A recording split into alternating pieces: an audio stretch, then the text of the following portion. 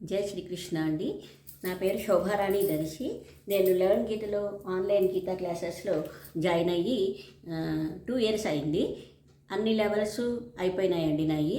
నేను టెక్నికల్ అసిస్టెంట్గా సేవ చేస్తున్నాను సిన్స్ 2 ఇయర్స్. గీతా పరివార్ నిజంగా మన సొంత ఫ్యామిలీ లాగే చాలా బాగా వాళ్ళు మనల్ని ఎంకరేజ్ చేస్తున్నారండి.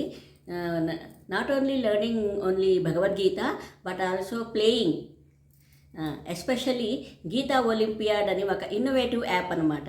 దాన్ని వాళ్ళు ఇప్పుడు ప్రమోట్ చేశారు. Last year February 2025లో learn Gita olympiad అని ఒక యాప్ తీసుకొచ్చారు. దాంట్లో ఎవరైనా పార్టిసిపేట్ చేయొచ్చండి.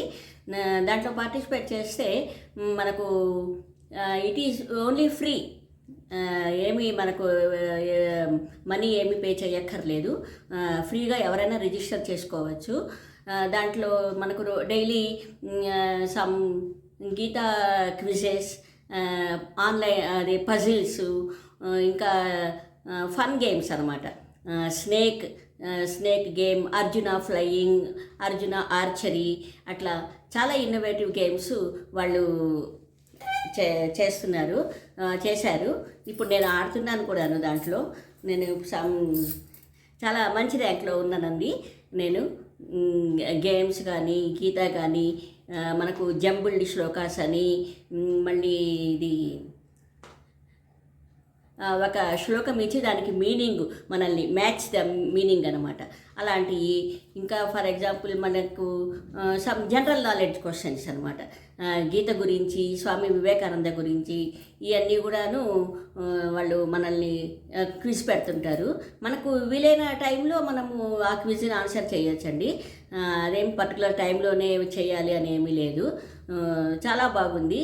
Very encouraging and very innovative app అది గీతా ఒలింపియాడ్.